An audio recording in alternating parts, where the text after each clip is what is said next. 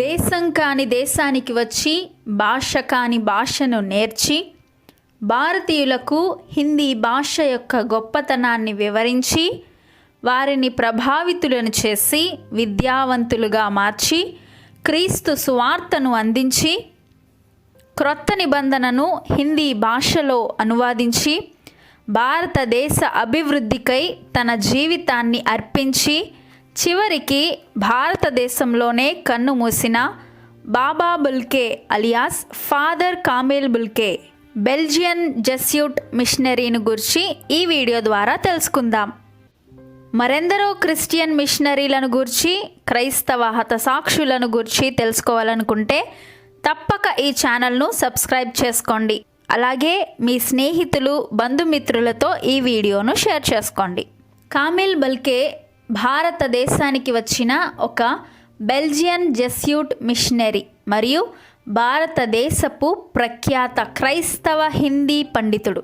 సాహిత్యం మరియు విద్యా రంగంలో ఆయన చేసిన కృషిని గుర్తించి భారత ప్రభుత్వం 1974లో పద్మభూషణ్ అవార్డును అందించింది. బెల్జియన్లో వెస్ట్ ఫ్లాండర్స్లోని నాకెహిస్ట్ మున్సిపాలిటీలో ఒక చిన్న గ్రామమైన రామ్స్కాపెల్లో 1909 సెప్టెంబర్ 1న కామిల్ బుల్కే జన్మించారు. అతని తండ్రి పేరు అడాల్ఫ్ బుల్కే మరియు తల్లి మరియా బుల్కే. కొరత, ఇబ్బందులు, సంఘర్షణలతో నిండిన తన చిన్ననాటి రోజులు గడిపిన ఆయన తన చదువును అనేక చోట్ల కొనసాగించారు. బుల్కే లవాయిన్ విశ్వవిద్యాలయంలో సివిల్ ఇంజనీరింగ్ పూర్తి చేసి బిఎస్సి డిగ్రీని పొందుకున్నారు. కానీ దేవుని ఆత్మ ప్రేరణ ద్వారా 1930లో జెస్యూట్ అయ్యారు. ఆయన ముందు 2 మార్గములున్నవి.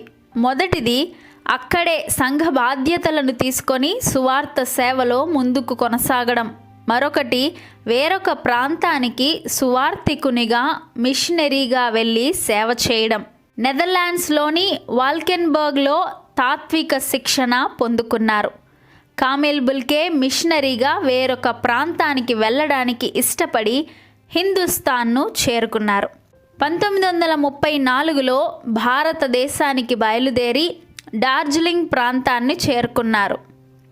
కొంతకాలం అక్కడ గడిపి అటు తర్వాత జార్ఖండ్లోని గుమ్లాలో 5 ఏళ్ళు గణితాన్ని బోధించారు. 1936లో భారతదేశంలోని బాంబేకు చేరుకున్నారు. ఒకే సమయంలో హిందీ, బ్రజ్ భాష మరియు అవధి నేర్చుకున్నారు. 1936లో సీతాగఢ్ హజారీబాగ్ వద్ద పండిత బద్రీదత్ శాస్త్రి నుండి హిందీ, సంస్కృతం నేర్చుకున్నారు. భారతదేశ ప్రజలలో చాలామంది విద్యావంతులు వారి సాంస్కృతిక సాంప్రదాయాలు పక్కన పెట్టి ఆంగ్లంలో మాట్లాడడం గర్వకారణంగా భావించడం కామిల్ బుల్కేకు ఆశ్చర్యం కలిగించింది. వారి భాష యొక్క మాధుర్యాన్ని, గొప్పతనాన్ని వారికి నిరూపించాలని అదే కర్తవ్యంగా భావించారు. ఈయన క్రైస్తవుడైనప్పటికీ తన విశ్వాసంలో దృఢముగా ఉండి హిందీ భాషను ఎంతో ప్రేమించి తులసీదాస్ యొక్క సాహిత్యానికి ఆకర్షితుడై విద్యార్థి అయిపోయాడు. ఆయన Latin, German, Greek, Hindi, Sanskrit మరికొన్ని భాషలను నేర్చుకున్నారు. బుల్కే భారతదేశంలోని కుర్సేంగ్లో వేదాంతపరమైన శిక్షణ పూర్తి చేశారు. 1940లో ప్రయాగ్ అనే హిందీ సాహిత్య సమ్మేళనం నుండి విశారద పరీక్షల్లో ఉత్తీర్ణత సాధించారు. 1941లో ఆయన ఒక దైవ సేవకునిగా గుర్తింపు పొందారు.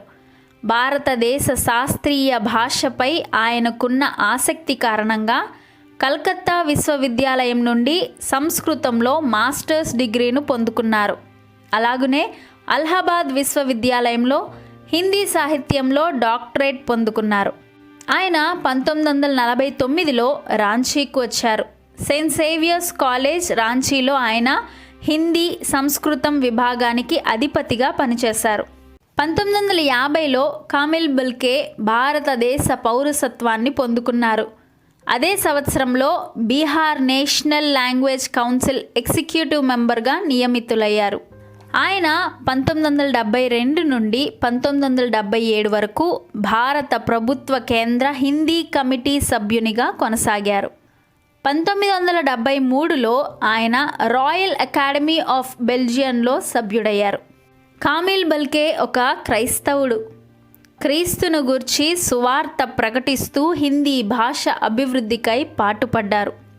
17వ శతాబ్దపు హిందీ కవి అయిన రామచరితమానస్ రచయిత అయిన తులసిదాస్ అంటే విపరీతమైన అభిమానం. తులసిదాస్ యొక్క భాషా నైపుణ్యతలను ఆయన రచనలపై ఒక డాక్టరల్ థీసిస్ను కూడా చేశారు. ఆయన నీల్ పంచి పేరుతో హిందీలో ప్రసిద్ధ నాటకం బ్లూ బర్డ్ను తిరిగి రాశారు. అంతేకాదు తులసిదాస్ కూడా సువార్త విలువలకు ఒక అద్భుతమైన పరిచయమని, ప్రజల యొక్క స్వంత భాషా సాంప్రదాయాలకు లోతైన విలువలున్నాయని, అది అందరూ గ్రహించాలని బల్కే పేర్కొన్నారు. ఆయన మిషనరీగా చేయవలసిన విధులను నెరవేర్చుటకు డార్జిలింగ్లో కొంతకాలం ఉండి లేఖనాలను లోతుగా అధ్యయనం చేసి భారతీయ తత్వశాస్త్రం మరియు సాహిత్యంపై జ్ఞానాన్ని సంపాదించడానికి అలహాబాద్ విశ్వవిద్యాలయం నుండి హిందీలో ఎంఏ డిగ్రీను పొందుకున్నారు. ఆయన ఎంఏ హిందీ డిగ్రీను చదువుకునే సమయంలో తులసిదాస్ రచనలు అలాగే రామచరితమానస్ను చదవడానికి, దానిని అధ్యయనం చేయడానికి ఆయనకు ఒక మంచి సందర్భం లభించింది. దాని విలువలు, ఆదర్శాలు మరియు కవితా నైపుణ్యం అతనిని ఎంతగానో ఆకర్షించాయి.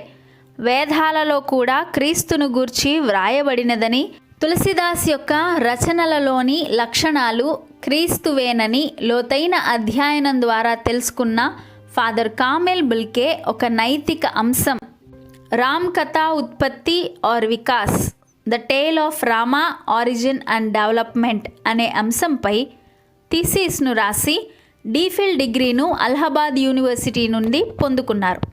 అతని థీసిస్ను భారతదేశం అంతటా పండితులు ప్రశంసించారు.